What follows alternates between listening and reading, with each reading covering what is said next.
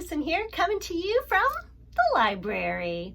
Now, I'm in the library here at Spring Hill, but I love all libraries. I love all books.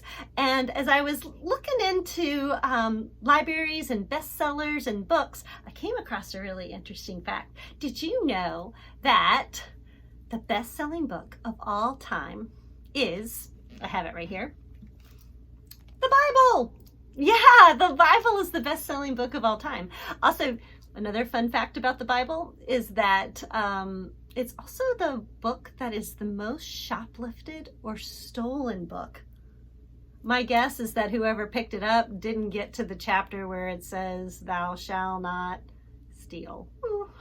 Well, that's okay. They have a Bible, and that's what's important. Well, I don't know if that's okay or not, but anyway, Bible, it's a big deal. And here's another fun fact about the Bible. The Bible was written over just about 2,000 years, 1,500 to 2,000 years. And it was written by 40 different people.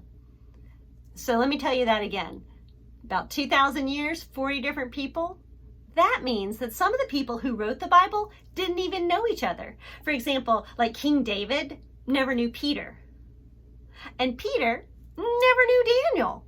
Yet they all write about the same God in the same way without disagreeing. Can you imagine 40 people today agreeing on anything? But it happens in the Bible. It happens in the Bible. And just for an example, I want to show you just how cool this is, because the Bible is for everyone. It is written for everyone. Maybe that's because it was written by royalty and homeless people and tent makers and farmers and doctors. Anyway, lots of different people wrote the Bible, so that makes it for everyone because there's so many different kinds of people. But let me show you an example of what I mean by this using one story in the Bible.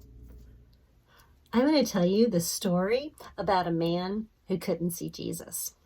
So this is about Zacchaeus. Now, this guy Zacchaeus, he had some problems. Yeah, so first of all, he was really, really short, and that made him different. And sometimes when you feel different, you can get kind of down about that. When you're down about that, you can get kind of grumpy. So Zacchaeus had that problem of being short. Another problem Zacchaeus had was his job. He was a tax collector. And nobody wants to see the tax collector, do they? Because tax collectors take your money. And so nobody really wanted to see Zacchaeus come into their door. The next problem Zacchaeus had was Zacchaeus was a cheat. Have you ever played cards with somebody who was cheating? It's the worst. Well, Zacchaeus was a tax collector and a cheat, and he was short. So he had a lot of things that were going on with him. Zacchaeus had a lot of problems. Well, Zacchaeus heard that Jesus was coming to town, and he had heard that Jesus was a problem solver, a way maker, a miracle worker. Zacchaeus had problems, and he thought maybe Jesus might have some solutions. So Zacchaeus went into town to see Jesus. But remember his problem? He's kind of short. He can't see. So he looks at this tree and he says, "I know how I can see Jesus." So Zacchaeus climbs up the tree so he can get a clear view of Jesus. Well, if you know the story, you know what Jesus is going to shout to Zacchaeus next. Jesus shouts, "Oh, yeah, Zacchaeus, you come down here. I'm going to your house for dinner." You see, Jesus knew that Zacchaeus was going to be in that tree. Jesus knew that Zacchaeus had problems, and Jesus knew that he was going to go to dinner at Zacchaeus' house. All right, so let me tell you why this story is so great. Let's say you're 8 years old and you hear this story and you say, "Yeah, man, way to go, Zacchaeus. Climb that tree so you can see Jesus." Being short doesn't mean that Jesus won't see you and he won't love you. I'm sure Jesus can love me. So kids, you guys can connect to Zacchaeus for doing whatever he could to see Jesus.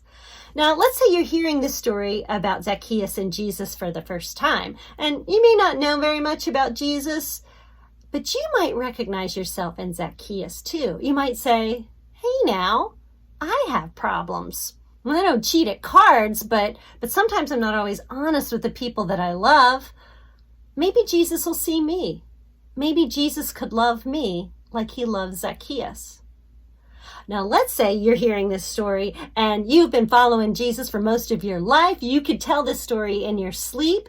You could probably draw it out. Maybe you could tell it, over dinner, anything. You could tell the story no matter what. But maybe you hear it like this. You hear this story and you say, yeah, you know what?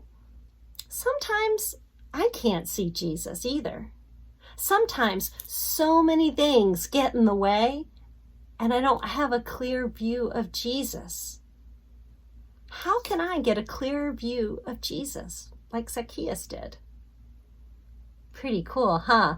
One story that's written for all people by one God who wants to tell us how much he loves us. Now that makes for a pretty special book. And I might be able to understand why it's the most stolen book of all time and a bestseller. So here's your challenge this week, guys. Open up the Bible. Read a story. Jesus has a message for you in the Bible. It's waiting for you. Just open it up and read it. One story. Also, maybe go visit your library. It's a really cool place too. Maybe I'll see you there.